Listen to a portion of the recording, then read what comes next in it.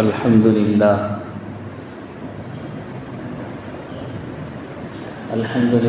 نحمده ونستعینه ونستغفره ونؤمن به ونتوکل علیہ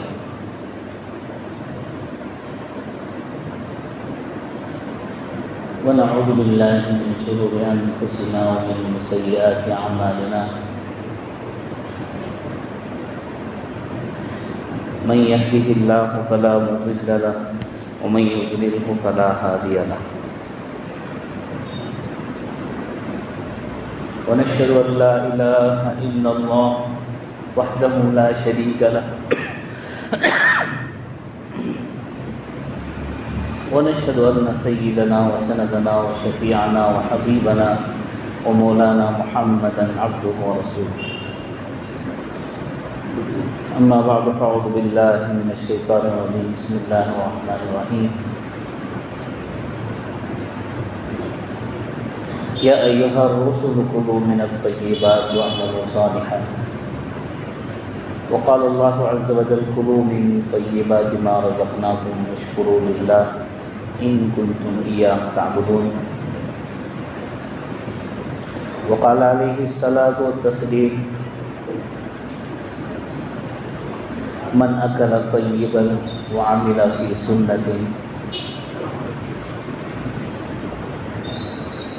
وأمن جاره بوائقه دخل الجنة أو كما قال عليه الصلاة والتسليم اللهم صل على محمد وعلى آل سيدنا محمد وبارك وسلم اللهم صل على محمد وعلى آل سيدنا محمد وبارك وسلم اللهم صل على محمد وعلى آل سيدنا محمد وبارك وسلم بزرگان محترم، اللہ تعالیٰ نے اشرف المخلوقات انسان کو پیدا فرمایا ہے۔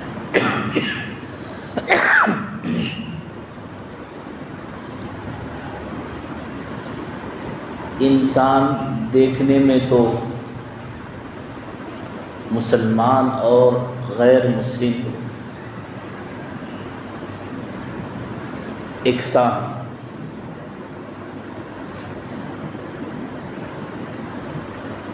یعنی زندگی گزارنے میں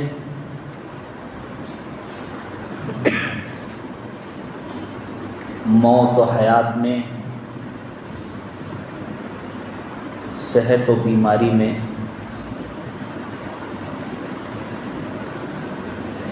پیدائش میں، جوان اور بوڑھا ہونے میں، سب یکساں انسان ہے۔ بشری تقاضے پورے کرنے میں، عورت ہونے میں، مرد ہونے میں یکساں، اور اس سے بڑھ کر مسلمانوں میں بھی دیندار اور غیر دیندار بھی یکساں نظر آتے ہیں۔ بشری تقاضے، کھانے پینے، سونے جاگنے، اٹھنے بیٹھنے، موت و حیات، صحت و بیماری، لیکن ایمان والے کو جو چیز قیمتی بناتی ہے، انسان کو جو چیز قیمتی بناتی ہے، وہ کیا ہے؟ مسلمان غیر مسلم سب یکساں ہیں، کھا رہے ہیں، پی رہے ہیں، موت و حیات ہے، بیوی بچے ہیں، عورت ہے، مرد ہے، جوانی بڑھاپا، سب کچھ ہے۔ اور اسی طرح مسلمانوں میں بھی دیندار اور غیر دیندار سب یکساں ہیں، کھانے پینے میں، موت و حیات میں، صحت و بیماری میں، لیکن ویلیوبل جو انسان کو چیز بنا رہی ہے وہ کیا ہے؟ دنیا والوں کی نظر میں نہیں، اللہ کی نظر میں، رسول اللہ کی نظر میں، دنیا اور آخرت میں اسے قیمتی بنانے والی چیز اللہ کا حکم، نبی کی شریعت۔ ایک انسان معمولی زندگی گزار رہا ہے، اسے اللہ اور اللہ کے احکام کی پرواہ نہیں ہے، لیکن ایک انسان ہے جو اللہ اور اس کے رسول کی شریعت کو سب سے پہلے مقدم رکھتا ہے، اس کی ویلیو، اس کی قیمت یہ ہے کہ دونوں جہاں، ساتوں زمین، ساتوں آسمان، تمام فرشتے، مقرب فرشتوں کے علاوہ سب اس کے سامنے ہیچ ہیں۔ سب سے بڑھ کر ساتوں زمین کی جتنی ویلیو ہو سکتی ہے، اس کی جتنی قیمت ہو سکتی ہے، فرشتوں کی کتنی اہمیت ہو سکتی ہے، عرش و کرسی کی جتنی اہمیت ہو سکتی ہے، اس سے بڑھ کر اس ایمان والے کی اہمیت ہے۔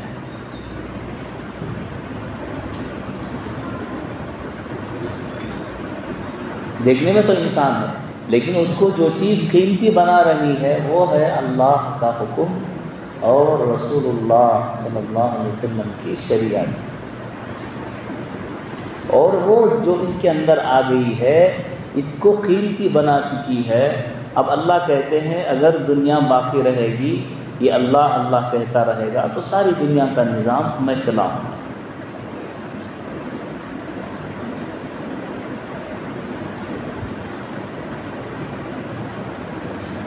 اللہ کے احکام میں سے ایمان والے کے لیے ایک بہت اہم چیز عقل حلال۔ شریعت میں جہاں ایمان کی اہمیت ہے، نماز کی، روزے کی، زکوٰۃ کی، صدقہ و خیرات کی، حلال اور پاکیزہ روزی کھانا اور کمانا، اللہ کے حبیب صلی اللہ علیہ وسلم نے فرمایا کسب الحلال فریضۃ بعد الفرائض، حلال کمائی کمانا فرائض کے بعد سب سے بڑا فریضہ، اس لیے کہ ایک ایمان والے کے لیے اللہ کا حکم، نبی کی سنت اہمیت رکھتی ہے، جس کی وجہ سے وہ ایمان والا کہلاتا ہے۔ اگر مسلمان ہو کر بھی اس کے پاس اللہ کے حبیب کی سنت کی اہمیت نہ ہو، اللہ کے حکم کا پاس و لحاظ نہ ہو، وہ ایمان والا کمزور ہے اپنے ایمان میں، اس کی اہمیت وہ نہیں ہے جو ایک ایمان والے کی ہونی چاہیے۔ اللہ نے فرمایا اے رسولو، پاکیزہ چیزیں کھاؤ، نیک اعمال کرو۔ یا ایھا الرسل کلوا من الطیبات واعملوا صالحا۔ معلوم ہوا حلال طیب پاکیزہ روزی کمانا فرض ہے۔ کوئی آدمی ہاتھ پر ہاتھ رکھ کر بیٹھ کر اللہ پر بھروسہ کرے، یہ بے وقوفی ہے، عقل مندی نہیں ہے۔ اللہ نے ہر ایک انسان کو اسباب کے ساتھ جوڑا ہے۔ آدم علیہ السلام کھیتی باڑی کیا کرتے تھے، نوح علیہ السلام نجاری کارپینٹری کیا کرتے تھے، حضرت داؤد علیہ السلام لوہار تھے، حضرت ایوب علیہ السلام کا بھی کچھ کام تھا، درزی تھے، حضرت ادریس علیہ السلام، حضرت شیث علیہ السلام کھیتی باڑی کیا کرتے، حضرت موسیٰ علیہ السلام بکریاں چرایا کرتے۔ اللہ کے حبیب صلی اللہ علیہ وسلم نے بکریاں چرائی، کپڑوں کا کاروبار کیا، چمڑے کا کاروبار کیا، کپڑوں کی تجارت۔ یہ سراسر بے وقوفی ہے کہ اللہ پر توکل کرتے ہوئے کوئی آدمی مسجد میں بیٹھ جائے، یا جو ہے دین کے کام میں لگا رہے، بیوی بچوں کی پرواہ نہ کرے۔ ایسا آدمی ایمان کو داغدار کر رہا ہے، ایسا آدمی اسلام کو بدنام کر رہا ہے۔ کبھی اللہ کے حبیب صلی اللہ علیہ وسلم نے فرمایا، حضرت معاذ رضی اللہ تعالیٰ عنہ ایک مرتبہ مجلس میں تشریف لائے، اللہ کے حبیب نے ان کے ہاتھوں کو دیکھا، جگہ جگہ گٹھے پڑے ہوئے ہیں۔ آپ نے پوچھا یہ کیا ہے؟ آپ کو حضرت نے جواب دیا، حضرت معاذ نے، اے اللہ کے حبیب، میں اپنی بیوی بچوں کے لیے محنت کرتا ہوں، ایک اور حدیث میں رسول اللہ صلی اللہ علیہ وسلم نے فرمایا اپنی بیوی بچوں کی حلال پاکیزہ روزی تلاش کرتے ہوئے جو آدمی تھک ہار کر شام کو گھر آئے اس کے سب گناہ معاف ہو جاتے ہیں۔ حدیث میں الکاسب حبیب اللہ، محنت اور مشقت کرنے والا اللہ کا دوست، اللہ کا دوست۔ بخاری شریف کی حدیث ہے، نبی کریم صلی اللہ علیہ وسلم نے فرمایا آدمی اپنے ہاتھ کی کمائی کھائے، اس سے بڑھ کر اور کوئی حلال پاکیزہ روزی نہیں۔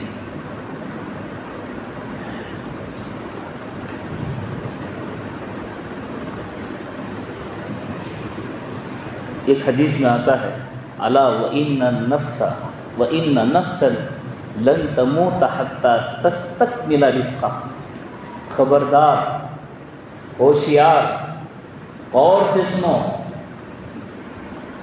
سے سنو کہ اس وقت تک کسی نفس کو، جاندار کو موت نہیں آئے گی جب تک کہ وہ اپنا مقدر میں لکھا ہوا رزق پورا نہ کر لے۔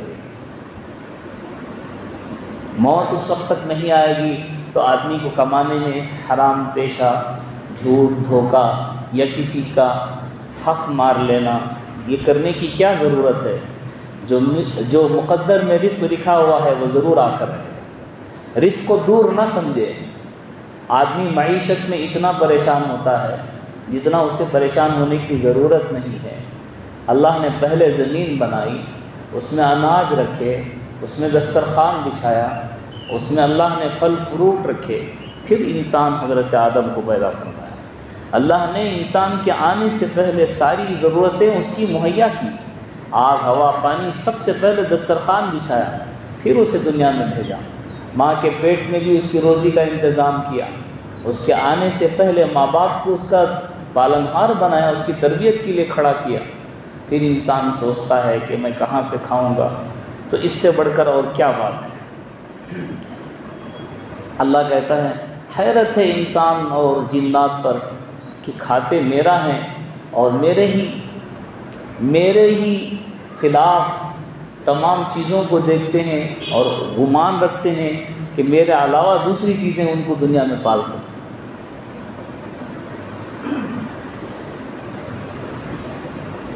یا ایھا الرسل کلوا من الطیبات واعملوا صالحا۔ جب آدمی حلال کمائی کھاتا ہے، نیک اعمال کا داعیہ پیدا ہوتا ہے، عبادت کا شوق پیدا ہوتا ہے، اللہ کی محبت اس کے اندر پیدا ہوتی ہے، رسول اللہ صلی اللہ علیہ وسلم کی محبت پیدا ہوتی ہے، اس کے اخلاق اچھے بن جاتے ہیں۔ جب وہ آدمی اپنے بچوں کو حلال کمائی دیتا ہے، حلال روزی لا کر دیتا ہے، ان بچوں کے اندر اخلاق حسنہ پیدا ہوتے ہیں، ان کے اندر اچھی عادات پیدا ہوتی ہیں، نیکی عبادت کا شوق پیدا ہوتا ہے۔ اس کے برعکس نہ حلال نہ حرام کی تمیز کیے بغیر آدمی جاتا ہے اور لا کر اپنے بچوں کو کھلاتا ہے، بچے نافرمان بنتے ہیں، بیوی نافرمانی کرتی ہے، بچوں کے اندر اخلاق رذیلہ پیدا ہوتے ہیں، باپ کے سامنے ڈٹ کر کھڑے ہوتے ہیں، ماں باپ کی بدتمیزی کرتے ہیں، یہاں تک کہ ماں باپ کو مارتے ہیں، اس لیے کہ جو لقمہ ہم نے ان کو کھلایا ہے وہ حلال کا نہیں تھا۔ ایک حدیث میں آتا ہے ایک لقمہ حرام کا جس کے پیٹ میں چلا جائے 40 دن اس کی نماز قبول نہیں ہوتی، نہ فرض نہ نفل۔ حضرت ابوبکر صدیق رضی اللہ تعالیٰ بہت کم احادیث آپ سے مروی ہیں، اس میں سے ایک ہے حضرت ابوبکر صدیق رضی اللہ عنہ کی روایت کہ جو جسم حرام مال سے پلا بڑا ہو، یعنی لقمہ ایسا کھایا جس سے خون بنا، جسم کا حصہ بنا، تو وہ جسم جہنم میں جلے گا۔ غُذِّیَ بِالْحَرَامِ، تو وہ جو ہے جہنم میں جلے گا۔ ایک مرتبہ حضرت ابوبکر صدیق رضی اللہ تعالیٰ عنہ کے غلام نے آپ کو کچھ کھانا لا کر پیش کیا، بڑی بھوک کی حالت تھی، سخت بھوک میں تھے۔ حضرت ابوبکر صدیق رضی اللہ تعالیٰ عنہ نے وہ کھانا کھا لیا۔ ویسے تو ہمیشہ پوچھا کرتے تھے کہ یہ کھانا کیا ہے، کہاں سے آیا، بھوک کی شدت کی وجہ سے شاید نہ پوچھ سکے، کھا لیا۔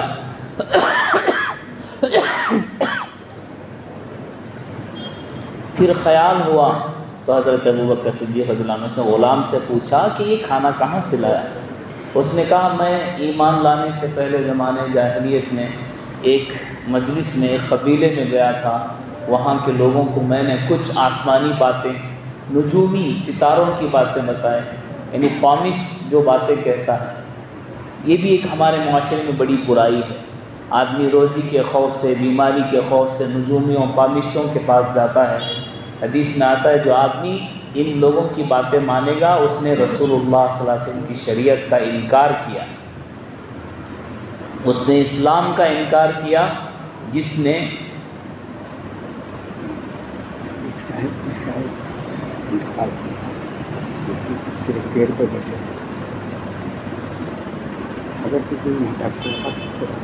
کوئی ڈاکٹر ہیں بھائی نیچے جائیں، تھوڑا کوئی ڈاکٹر صاحب ہیں تو نیچے جائیں۔ ایک صاحب کرسی پر بیٹھے ہیں، ان کی طبیعت خراب ہے، ڈاکٹر ہیں، نیچے جائیں۔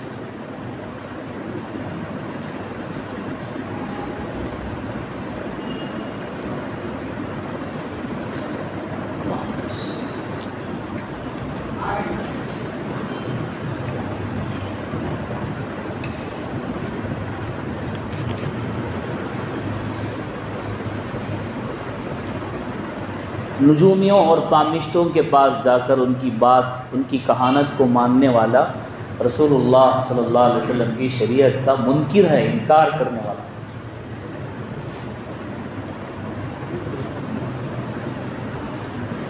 بس غلام نے کہا حضرت ابوبکر صدیق سے میں نے ایسی کچھ باتیں کہی تھی، اب وہاں سے میرا جانا ہوا تو انہوں نے مجھے کچھ کھانا دیا، وہ لا کر میں نے آپ کو دیا۔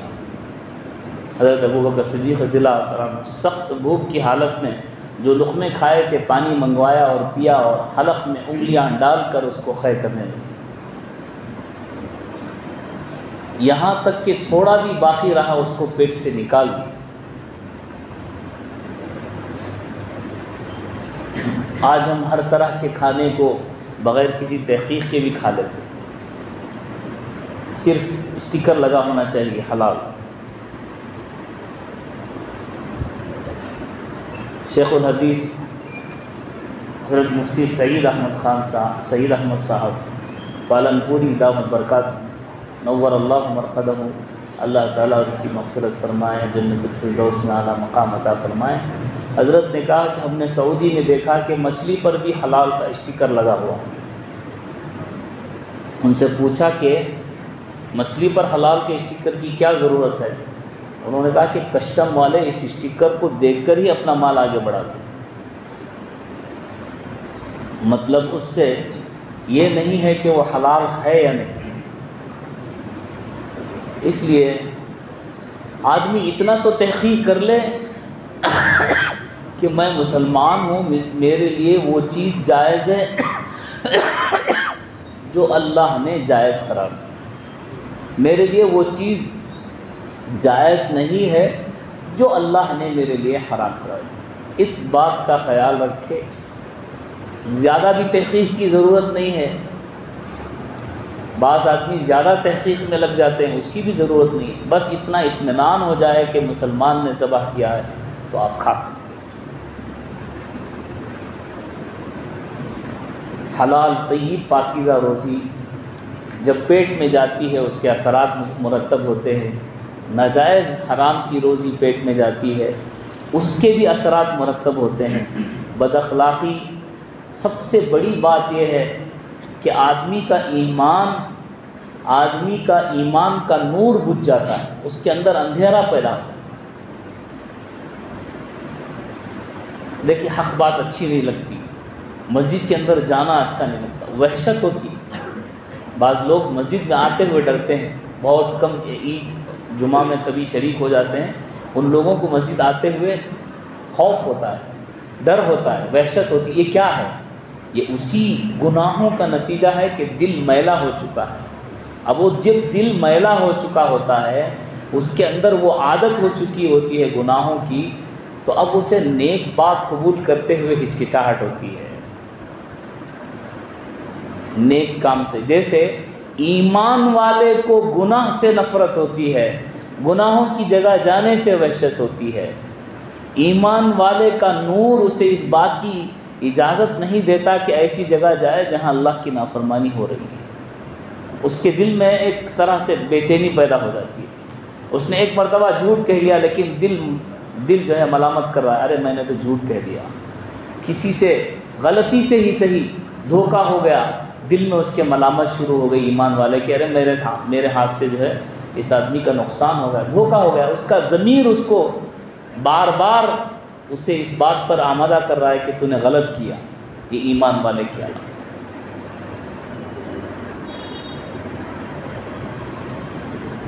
حلال پاکیزہ اور طیب روزی ان لوگوں کی کمائی جن کا بینک میں نوکری وغیرہ ہے، فائنانس اور اسی طرح لون اور اسی طرح کی دوسری چیزوں میں ان کی نوکریاں ہیں، ان کے لیے ایک بہت آسان حل ہے کہ وہ کسی سے اپنا قرض لے۔ اپنے گھر کا ماہانہ خرچ اتنا ہے، کسی سے قرض لے لے۔ علماء نے ایک ترکیب بتائی ہے حرام سے بچنے کے لیے، ورنہ لوگوں کے منہ تو بڑے کھلے ہوتے ہیں، وہ کہتے ہیں مولوی صاحب کیا بھی نہیں دی، سب بھی حلال کر ڈالتی ہیں، انہوں کب ہونا تو حلال بول ڈالتی، کب ہونا تو بھی حرام بول ڈالتی، ان کو کیا کہ شریعت ہمارے جائیداد ہے، ہمارے والدین کی، یہاں بیٹھنے سے پہلے اللہ کو حساب دینا ہے۔ ایک ایک لفظ جو نکلا ہے وہ آپ سے زیادہ ہم کو اس بات کی پکڑ ہے کہ ایک لفظ جو کہا گیا ہے اس کا حساب ہمیں دینا ہے۔ ما یلفظ من قول الا لدیہ رقیب عتید۔ میں ان لوگوں کی بات نہیں کرتا جو غیر دیندار ہیں، بلکہ دینداروں کے منہ سے یہ لفظ نکلتے رہتے ہیں، دینداروں کے منہ سے۔ کل قیامت کے دن اس کا حساب دینا ہوگا تو کیا دیں گے؟ اللہ اکبر! اتنی بڑی بات علماء پر بہتان آپ نے زبان سے کہہ دیا، لیکن اس کا جب جواب دینا پڑے گا بڑا بھاری پڑے گا۔ زبان حلق سے کھینچ لی جائے گی اور اس کو ثابت کرنا پڑے گا۔ ویسے تو ہر فیلڈ میں ہے ہی، ہمارے جیسے نقلی لوگ بھی ہیں، بہت سے نقلی علماء بھی ہیں، بہت سے لوگ بھی ہیں ایسے جو جن کو دنیا پیاری ہوتی ہے، نفس و شیطان کے حوالے ہوتے ہیں، ڈاکٹروں میں بھی ہوتے ہیں، ہر لائن میں ہوتے ہیں، ہماری لائن میں بھی ہیں۔ لیکن کیا آپ کو اس بات کی اہمیت نہیں ہے کہ ہم اس چیز کو حاصل کریں جو سچ ہے اور حق ہے؟ الغرض دوسری نوکری ضرور تلاش کرتا رہے، لیکن اپنے گھر کے اخراجات کے لیے قرض لے لے، اور اس قرض سے اپنے گھر کا کھانا پینا جو ہے تمام اخراجات کو پورے کرے اور اپنی تنخواہ سے وہ قرض ادا کر دے۔ ایک آسان طریقہ، اس لیے کہ آج کل عام رواج ہو چکا ہے ان تمام چیزوں کا، انشورنس، لون، بینک، جہاں تک ضرورت کی بات ہے وہاں تک کی اجازت دی ہے۔ جیسے تصویر ہے تو عمرہ اور حج کے لیے ضروری ہے کہ اپنی تصویر جو ہے دی جائے وہاں پر، اس کے بغیر جو ہے جانا ممکن نہیں ہے۔ انشورنس ہے جس کے بغیر گاڑی کو جو ہے فائن ڈالا جاتا ہے۔ وہ چیزیں ہیں جن میں ضرورت ہے تو اس کو ضرورت کی حد تک محدود رکھا جائے، اور آدمی اپنی دوسری نوکری اچھی حلال پاکیزہ تلاش کرتا رہے، لیکن اس وقت تک کے لیے یہ اہتمام کرے تو اللہ تعالیٰ سے ضرور امید ہے کہ اللہ تعالیٰ اس کو جو ہے اس گناہ سے بچائیں۔ آدمی جو گناہ کر رہا ہے کم سے کم اسے سمجھے کہ یہ اس اسلام میں جائز نہیں ہے۔ اب لوگوں کو یہ ہونے لگا ہے کہ جو حلال ہے اس کو جو ہے، جو حرام ہے اس کو حلال سمجھ کر کرنے لگے، یہ بڑی غلطی۔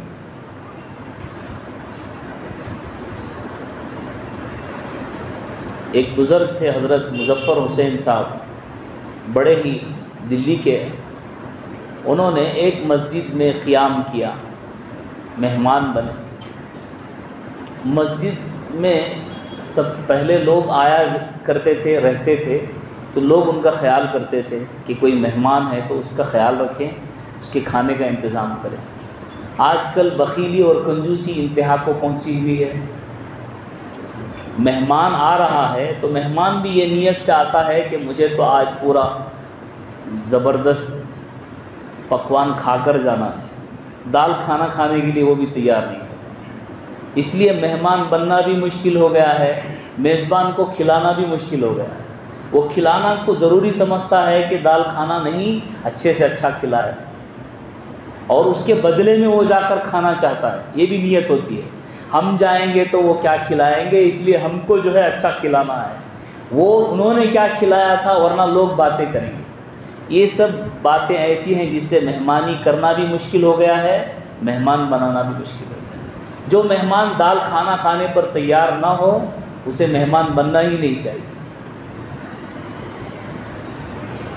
تو الغرض مسجد میں آئے تو انہوں نے جو ہے شام تک قیام کیا، تو ایک مصلی نے، ایک محلے کے آدمی نے شام کو 3 روٹیاں لا کر حضرت کو دی۔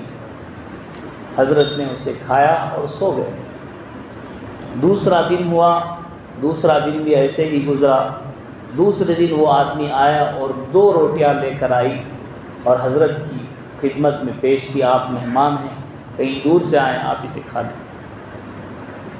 تیسرا دن ہوا تو وہ آدمی 1 روٹی لے کر آیا اور حضرت سے کہا، حضرت آج آپ یہاں قیام کریں اور کل آپ یہاں سے چلے جائیں۔ حضرت نے فرمایا کیا بات ہے، کیوں تم اس طرح کہہ رہے ہو؟ انہوں نے کہا کہ میں غریب آدمی ہوں، دن بھر کی 3 روٹیاں میرا خوراک ہیں۔ پہلے دن میرا بچہ اور میں اور میری بیوی تینوں نے اپنی اپنی روٹی آپ کو دے دی اور ہم فاقہ کر کے سو گئے۔ دوسرے دن میں نے آپ کو 2 روٹیاں دی، اس میں بچہ جو ہے بھوک کی وجہ سے زیادہ بیمار ہونے لگا تو ہم نے اس کو اس کی روٹی دے دی۔ میں نے اپنی اور اپنی بیوی کی روٹی آپ کو لا کر پیش کی۔ آپ مہمان ہیں، آپ کا کہیں کھانے کا صبح سے انتظام نہیں ہے، تو میں نے 2 روٹیاں آپ کو پیش کی، اور آج میں 1 روٹی لے کر آیا ہوں۔ میری بیوی بھی کمزور ہے تو لہٰذا میں نے بیوی اور بچے کو وہ روٹی دے دی، اور اپنے حصے کی روٹی میں آج آپ کو لا کر دے رہا ہوں، آپ یہ کھا لیں اور کل یہاں سے چلے جائیں۔ اس کے علاوہ ہمیں انتظام کرنے کی طاقت نہیں ہے۔ 3 دن ہو گئے ہیں، میں نے بھی کچھ نہیں کھایا ہے، میری آج کی یہ روٹی ہے۔ حضرت نے اس کے ہاتھ پکڑ لیے اور اس سے کہا، خدا کی قسم تمہارے کھانے کی برکت سے میں نے پہلے دن 3 مرتبہ رسول اللہ صلی اللہ علیہ وسلم کی زیارت کی، دوسرے دن 2 مرتبہ میں نے رسول اللہ صلی اللہ علیہ وسلم کی زیارت کی، آج تم 1 روٹی لے کر آئے ہو۔ تمہارے یہ محنت کی اور حلال کمائی کی برکت ہے کہ مجھے اللہ کے رسول کی زیارت ہے۔ تھوڑا سا جانچ لیں اپنی کمائی کو، حلال روزی اپنے بچوں کو کھلائیں، اس کے بعد اثرات دیکھیں، ان کے اخلاق بھی کھلیں گے، ہمارے اپنے اندر ایمان کا جذبہ ہوگا۔ اللہ تعالیٰ ہم تمام کو عمل کی توفیق عطا فرمائے۔ وآخر دعوانا الحمدللہ۔